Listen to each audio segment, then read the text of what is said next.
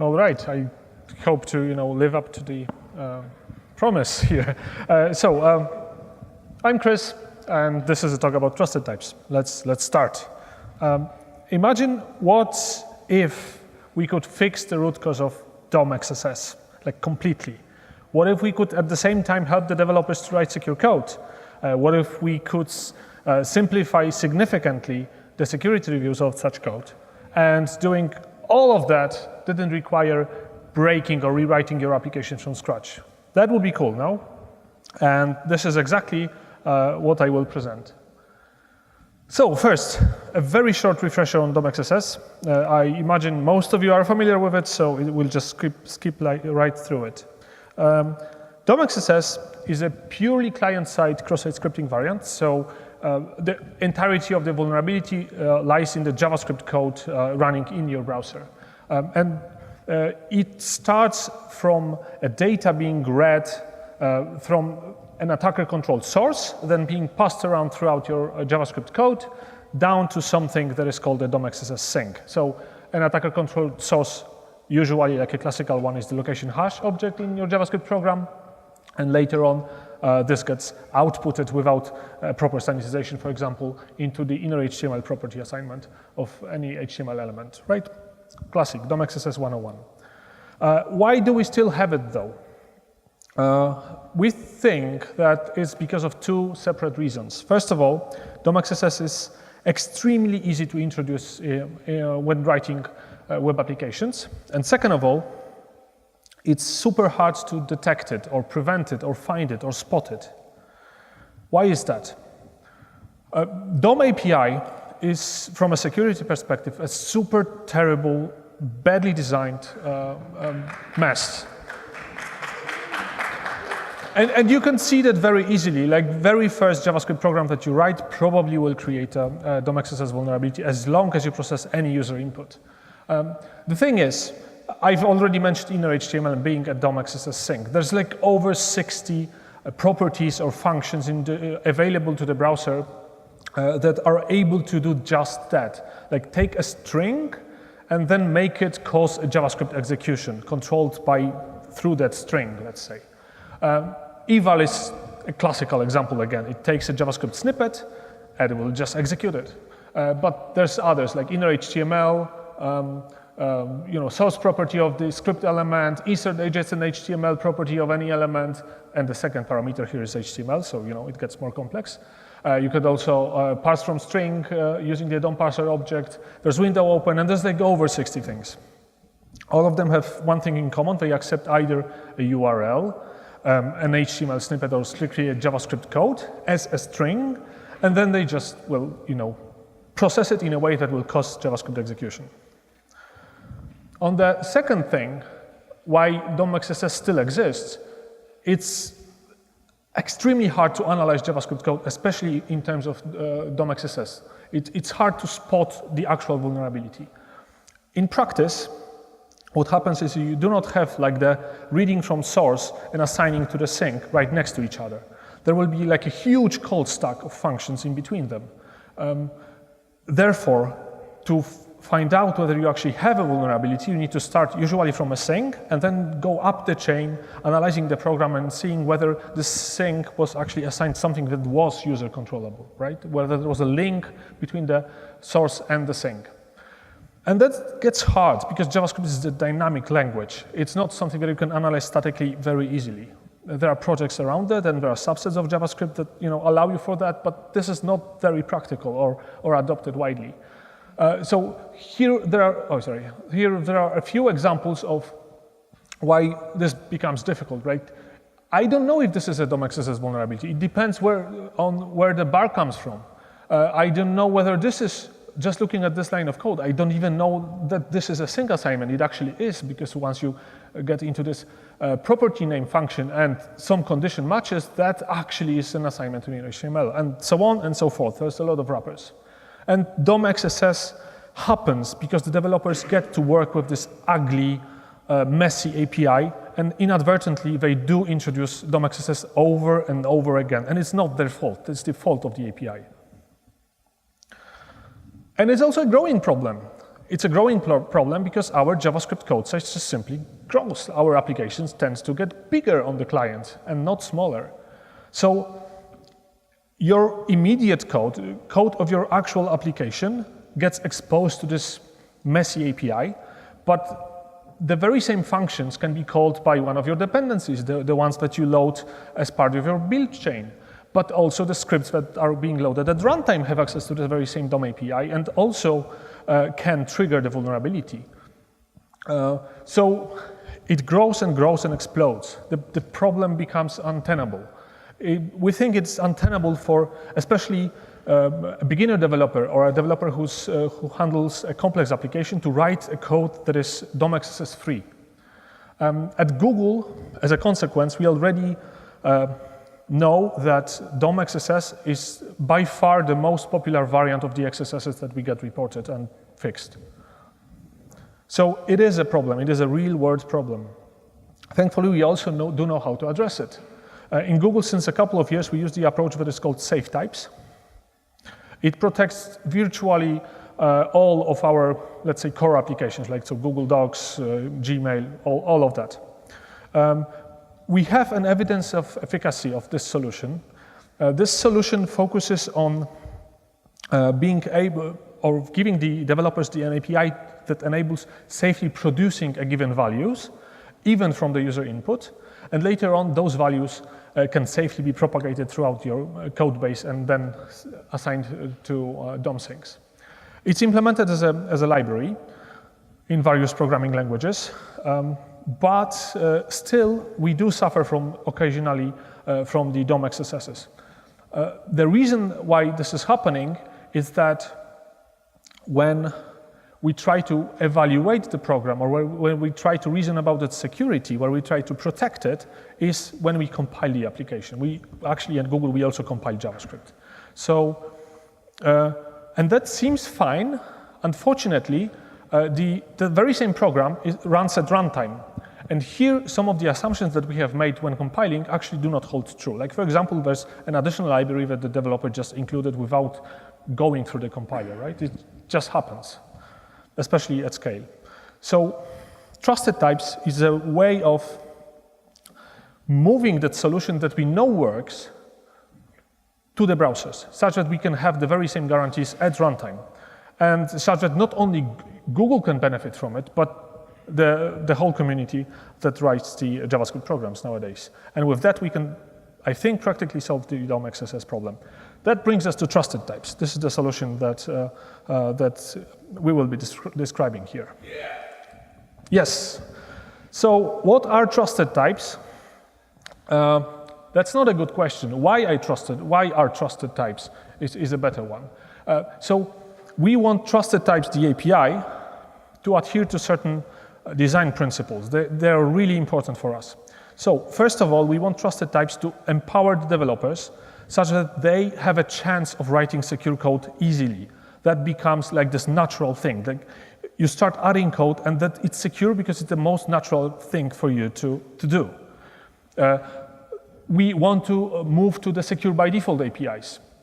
We want the developers to get the feedback that they are doing something risky or wrong as early as possible. So we're pushing left again. So for example, as you are typing the code, we can give you suggestions saying, well, you are just introducing maybe DOM XSS, use this other function instead, for example, right? At the very same time, we want to empower the security professionals such that they can control the security relevant code of the application. They do not need to look at the entirety of the code base. They only need to look and review and protect changes to those critical small amounts of code that only those are security relevant, at least in terms of the DOM XSS exposure. So with trusted types enable us to do that. And at the very same time, we want to integrate with the existing ecosystem. So we want to leverage what's good, work with something that already works, be backwards compatible, allow the gradual migration, all that. Let's not just break the applications and by throwing out the DOM API and saying you need to use something else completely. Sorry. So the main idea of trusted types is we stop using strings as the value type. We no longer pass them to the DOM strings directly. What we do instead is we use objects, JavaScript objects.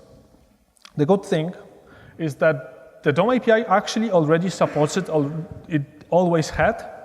Here's an example. If you assign to an inner HTML an object that has a toString function that returns some value, the DOM API will just try to stringify this object, so call this function implicitly, and then the result value will be actually assigned to the DOM. So we can already start using objects in our JavaScript programs without breaking the functionality of the applications. However, there's a couple of more things that we need to implement. Instead of using plain JavaScript objects, we use typed objects. So we create a couple of classes, if you will, that represent different types of values that we expect to be propagated throughout the program flow. So there's a trusted HTML type, which represents a snippet of HTML that our application trusts to be okay to insert into the DOM. We also have a trusted script type, which means a snippet of JavaScript that is okay to execute. A trusted URL, which is something that you can safely link to, and the trusted script URL is something that you can link to that will load the JavaScript and execute, like a script source. And with those components, those primitives, the only security critical part is we can make the DOM API behave slightly differently. Make it just reject the string variant and only accept those typed objects. That's the whole trick of trusted types. So sorry, we're done. What if I have a string, like a username I want to add? What if I want a simple string type that I do need to enter? Do you want to add it in a way that could potentially cause the JavaScript execution? No. So you don't need to use the types in this regard at all. Like for example, if you want to assign to an inner text property, you can use a string, because that one has no DOM XSS risk. So only if you want to assign to a script source, for example, you would need to produce a value that's of a given type. All right, how does it look? Let's look at some code, right? How does it look in production? So you can enable the enforcement of the type, so you can make this switch of the DOM API by using the content security policy header with the trusted types directive. This star, ignore for now, we'll get to that. And once, of course, in a supporting browser, once this happens, the DOM will stop accepting stringed objects for given sensitive functions, and will just throw a type error. Like, you're doing something wrong. I don't want strings here. They potentially are attacker controlled. However, you can accept, or the DOM will accept, a trusted type object. What this one allows us to do is also we can just trigger the report only mode, which is pretty good for adopting any security solution. So I can still accept a string, but I will report it to some endpoint, right? We're using the regular CSP infrastructure. We're not rebuilding something from scratch. We're not reinventing the wheel. And the typed objects obviously do not cause any violation. No reporting is being done for them. We can also have no enforcement, like if you have a completely invalid CSP header or there's no CSP header whatsoever, your application continues to work. That's the surprise. You can use a string, sure, it accepts, so it's potentially vulnerable, but also it doesn't break, because if you use the types, it's just backwards compatible. That's a very good boon for adoption, let's say. Now, how do we create the types? Now, this is a tricky part. You don't just create the types directly by just calling a constructor function. No, that would be pretty bad. We need more abstraction. So we allow the developers, or we allow the JavaScript program to create a set of policies. And a policy is just a JavaScript function in the end. So you create a policy using this trusted types create policy function. And what do? First of all, you give it a name. And this policy from now on will be identified by a name or controlled by a name. We'll get to that later. And this policy defines a set of rules that will be run whenever someone is trying to use that policy to create a trusted type object. In this particular case, if a developer wants to use this sanitizing policy here, create HTML function, passing it whatever, it can be user-controlled data, that user-controlled data will be passed through your custom sanitization rules, like it can be DOM Purify, for example, and the result value from this one will actually be wrapped into this trusted HTML object, which then you can safely use with the DOM. Yes? Line 3, where? Here? Sorry. I didn't compile the code example, sorry. And there's this extra part, because not always you can control actually the entirety of your code base. So we have something that is called a default policy. So you can create in your application a single policy called default, and then it has its own rules. That policy will be called as a fallback mechanism anytime you actually have called the DOM sync with a string. So it allows you to recover, sanitize something at the very end, or optionally, log something, report something. You can implement any custom logic you want here, such that it helps you migrate towards trusted types. So first of all, you can have coverage for separate parts of your application, but the remaining parts will be covered by this default policy. Yep. Demo. Jim tweeted a couple of days ago, like, we know how to fix XSS. Let's just make, inner HTML, just sanitize. You're wrong, Jim. This won't fix the DOM XSS. Nevertheless, this is trivial to implement in trusted types, so let me just present you how. Yep. So this is an application, a very simple toy application. We have an input field here, and we have an output field here. And there's 2 buttons. If I press this button, that data will be sanitized with DOM Purify and outputted here. With this one, I will just use the direct inner HTML assignment, right? So we all know what will happen. Here, the inline event handler will be removed, and it's all fine. However, when I press this one, we have an XSS. However, let's see what happens once we enforce the trusted types. And what we do right here is what happened. We added like this content security policy header with those additional values. I will get to what those values means in a second. But if I sanitize the value, I will route this data through this DOM Purify.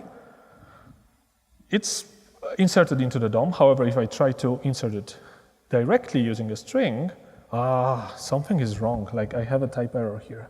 Something is wrong. What does it mean? Like there's an inner HTML and then like whatever. I read something from the DOM and that's a no-no.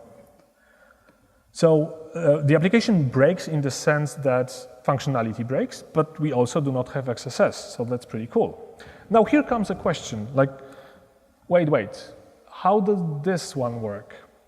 Like, how come the sanitization is magic here? Well, the magic comes from DOM Purify itself. It supports trusted types. So DOM Purify creates its own policy, and after the sanitization, it will just will give you the trusted HTML object back that contains the sanitized code, and in the end, you can just directly use it in your application. No changes required from your end. You just use the libraries that are trusted types compliant, and you're good to go. Now, let's install the default policy. This is the experiment that Jim wanted. This is the web that you want, Jim. The default policy, we'll just actually see it in action. So I press the inner HTML button. The default policy helpfully has this debugger call, so I can show you what's going on here. The default policy will just has a create HTML function. This is the input to it. And it just decides to sanitize anyway because sanitization everywhere is okay, right? So we're sanitizing everywhere. We're just going through, and this is the output value. This is the default policy in action. Now, our application has this header here, right? Trusted types, DOM Purify default. What does it mean? That means that we enable the enforcement of the trusted types, but I only allow those 2 policies, DOM Purify and the default. Let's see what happens if I try to install a custom policy. Well, this policy has a name that is not on the whitelist, and it just fails. There's a type error. You cannot create a policy that the application owner, let's say, didn't allow you to. So that brings us back to the next slide. What I've demonstrated right here is that you have a tight control over the policies. First of all, you can control the policy creation. There's this whitelist in the CSP header in the Trusted Types Directive, meaning that none of your dependencies can create the policies that you didn't allow for before, right? So there's no code changing under you that can suddenly create trusted types and therefore expose your application to the DOM XSS risks. So all the policies on your whitelist are somehow known to you. You control them, you have reviewed them, you've looked at it. There are no drive-by policies. And obviously, as a consequence, you cannot actually create the policy with the same name twice. The second call will simply break. So even if someone tries to be sneaky and tries to create a or piggyback on a policy, this call will fail. But the actual important additional control that you have is you can control the policy usage. Policy, again, embodies the rules that are being run whenever a string is being converted to a trusted type. And there can be many policies. Some of them are more strict, some of them maybe are more relaxed. Some of them you have reviewed, some of them were introduced by one of your dependencies, for example, right? But policies are JavaScript objects. Therefore, you can control access to them using the regular JavaScript programming language features. So you can lock them down in a single module, you can create a private class variable, you can wrap them into a local function variable. So you not only get control over which policies can be created, but what gets exposed, what gets access to separate policies. Let's see an example. There's a policy that clearly is unsafe, right? It just takes any value with no sanitization and returns the same thing. However, we can argue that this code doesn't cause XSSs easily. Even statically, we can analyze that, because this policy never leaks outside of this function body, and this function body only is using it in this particular thing that doesn't contain any XSS whatsoever. It's just some part of template rendering of your application, for example, or template management. So this is an additional control that we can add to our JavaScript programs such that we can compartmentalize the modules within our applications and give broader access to the policies that are sanitizing and much stricter access or much locked down access to the policies which are, more risky, let's say. What benefits does it bring us? First of all, we have a much dramatically reduced attack surface for the applications. What previously used to be those 60 functions, and any time a string was passed and the string was attacker controlled, we had an XSS. Now, every risky data flow has to necessarily go through the policy, right? First, you need to read something from a source, then something happens, then a policy object gets created, then used, and the policy applies its rules, trusted types object is created, and only that trusted type object can later on be passed into a sink. So this is a critical piece in the whole chain. This is the thing that you have to review. This is the thing that you have to control, and this is the thing that you can put controls over.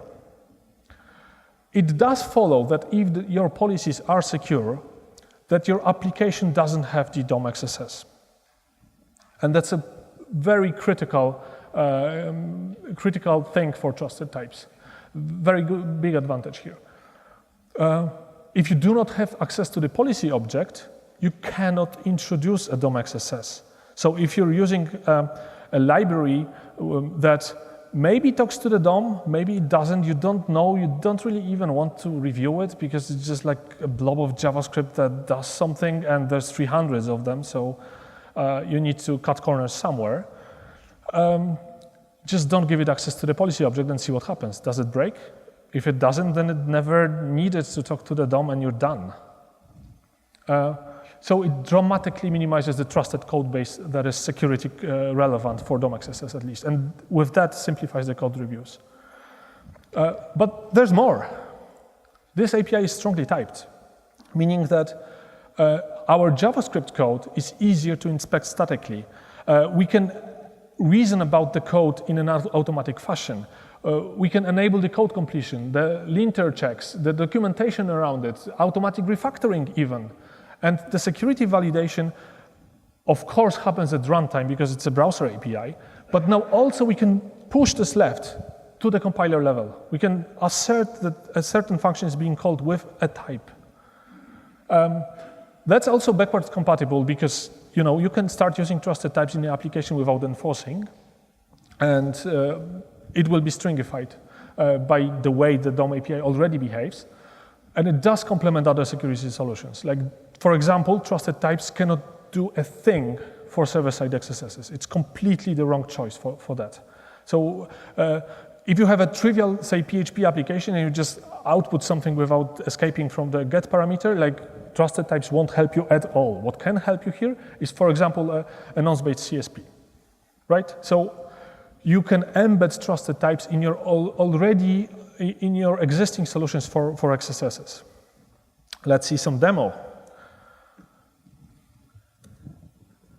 All right, so this was a toy application. But now let's look at something more serious, let's say, right? So we have an application that is called the Cloud Player. It's an open source application built on top of the Angular framework. And we decided to port it to trusted types.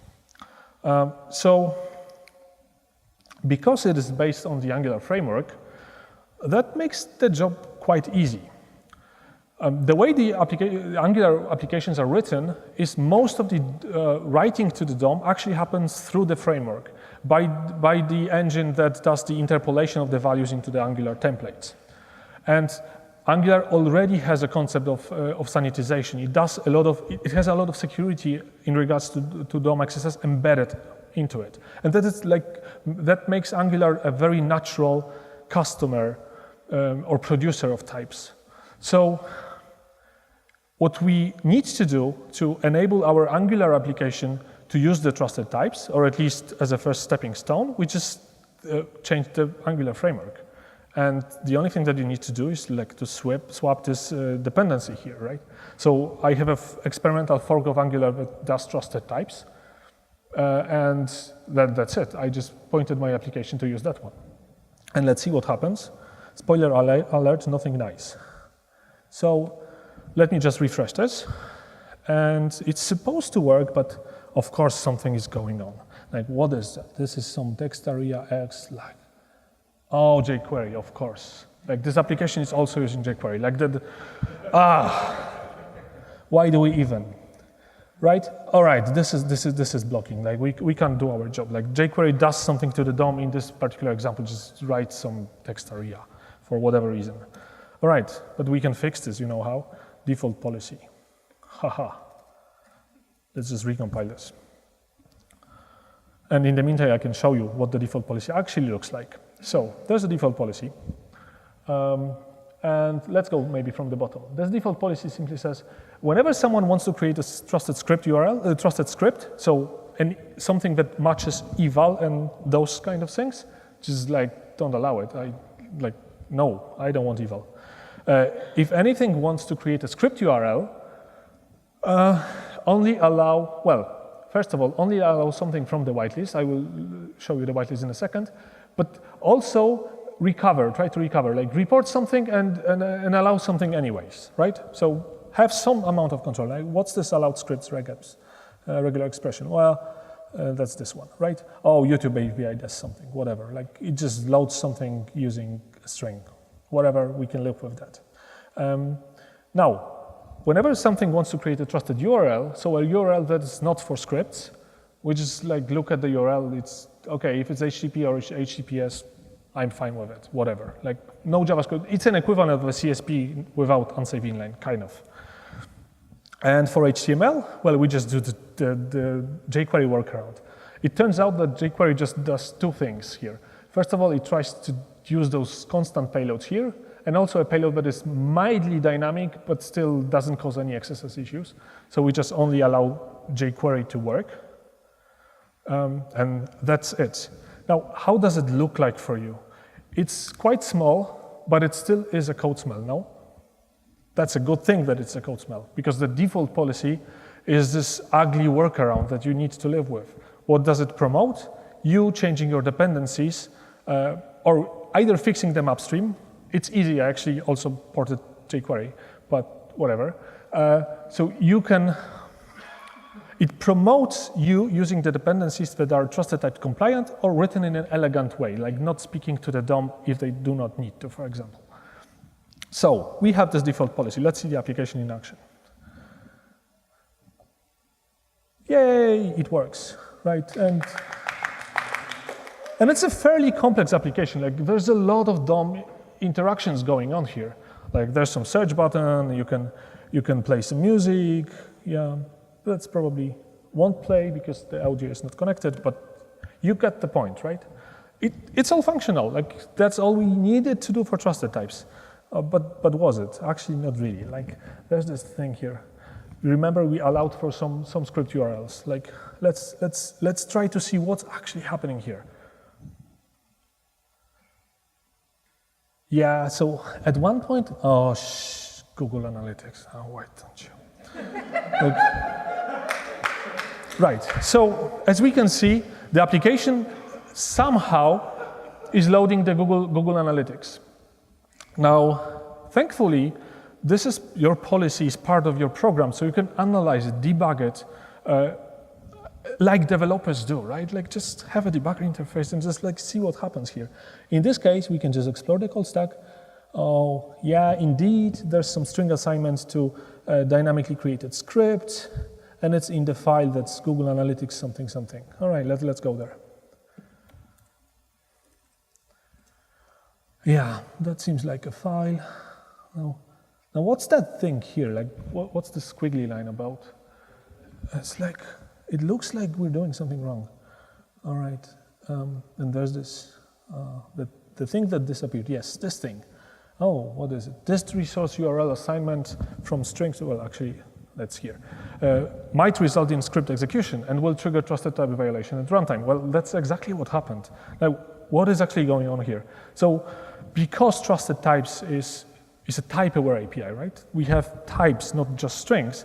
We can just write linter checks that are based on those types, are looking for are matching the things with the proper types, and just expect the right types to be assigned to the things, and warn the developer very early that they are doing something that probably is a bad idea.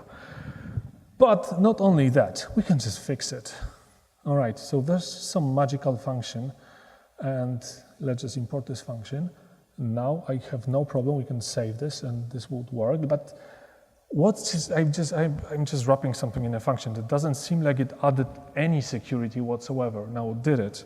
Well, actually, it kind of did.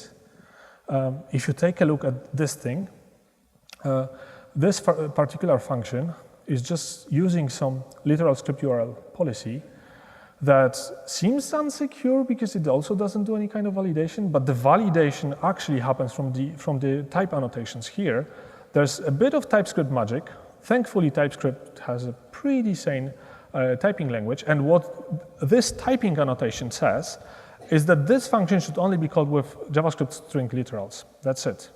If those are JavaScript string literals, they cannot possibly be controlled by the attacker. Let's see what would happen if I actually try to do that, right? Let's try to do location href here. That's clearly a DOM XSS. But what's going on here? Argument of type string is not assignable to a parameter of type not the string literal. Oh, shit. You know what actually happened? This application didn't compile. And of course, you can try to work around it a little bit. And at a certain point, you will, because, I mean, it's a linter, right? You can always confuse it. But the whole point of this exercise is that it makes writing secure code easy. So we can use, for example, this thing. Templated string is OK. But as soon as we try to interpolate something, it doesn't match the type, hence this red squiggly line. So this exemplifies how trusted types, by being a type-based API, can enable us to warn the developers very early in the process that they are doing something wrong, to embed security very early, not at runtime, but as you are writing the code, before even deployment. And that, I think, concludes the demo, at least. So, we've been doing trusted types for a couple of months now, very intensely. Trusted types as an idea has like maybe 2 years, but we only started working on it very recently. And what we see in our applications is that the DOM XSS sync functions are not called too often. Usually you have some dependencies. Some of them, most of them are actually easy to migrate to trusted types. So you end up creating policies in a very few trusted components, like your templating library, a framework like Angular, like I showed, or the sanitizers. These areas of code are usually something that needs a policy. But that also means that everything else in your code base doesn't actually expose your application to the DOM XSS risk. You can just simply ignore it and pretend it doesn't exist. Well, you also have other vulnerabilities, so you should review it as well. But for DOM XSS, we kind of got it covered. There, of course, are a few misbehaving dependencies, as usual, like jQuery in the example. And the code size overhead of trusted types is really negligible. Like, literally, we have the polyfills because, obviously, we need to work with the browsers that do not yet implement the feature. So the tiniest of the polyfill, that's a little bit, it has some caveats, but it works, is 66 bytes of code. So fairly small. And we have ported our core JavaScript library used in Google and in a lot of applications called Google Closure. And there the overhead is 300 bytes for a JavaScript binary. So fairly acceptable for DOM XSS assurance. We think that porting, especially modern applications, is quite easy. And we are already doing that in Google applications. We, again, ported the core JavaScript library to trusted types, and now we are working on enabling the trusted types through the header with some experiments on our main application development platform, let's say. Now, what's the project status? This API is available in Chromium browsers. So there's a couple of versions. We add new features, fix new bugs with every iteration. But it's available behind the flag, right? So you need to start Chrome with some command line flags. Unless you apply for the origin trial token, which enables you to test the application on a subset of your traffic, essentially, such that your customers, your users, do not have to, fiddle with the Chrome command line to have access to the API. We have a discussion group. There's a specification draft. There's lots of polyfills, documentations, and issues on our GitHub repository. This is the slide to make a photo of. And we are working actively on adopting trusted types in Google applications because we really, really are excited and see the benefits already of this approach. Of course, the crucial part is working on the external integrations, and this is something we are also pursuing. But again, we're just end developers, and we can't possibly fix every bit of the JavaScript ecosystem. So we need some help, obviously. We already ported the DOM Purify. We've added some type definitions to TypeScript such that you can start coding against this API fairly easily. We've made some trials with Angular applications. Here's a link to a sample patch that obviously wouldn't work from a photo, but the link to the slides will be the last one. We're looking at React, more frameworks to come. We are working on the secure policies libraries such that you don't have to figure out how to sanitize HTML on your own. You can just reuse our know-how in this area.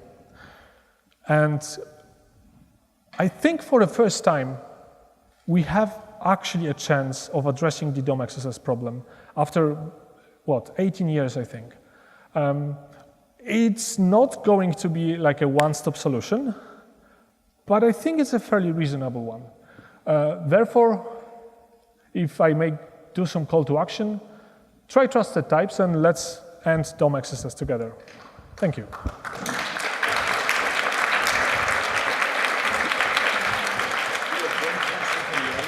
That was fantastic. Thank you. Just one question. All right. The question was, policies are created on a first-come, first-served basis. Will we see race conditions between secure and attacker-injected policies? How to prevent it?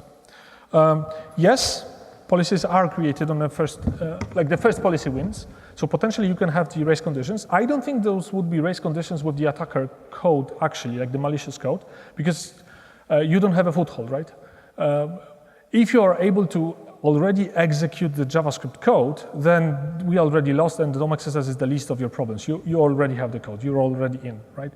So what we might see is a developer creating or piggybacking on the policy name and trying to inject it earlier. But that's something that will just break at runtime pretty quickly, because your legitimate code will try to create the policy 100 milliseconds later, and then the whole application will just break because of the type error. So it will be a pretty noisy error and not a good solution for, let's say, bypassing the security restriction your security team imposed on you. All right. Thank you.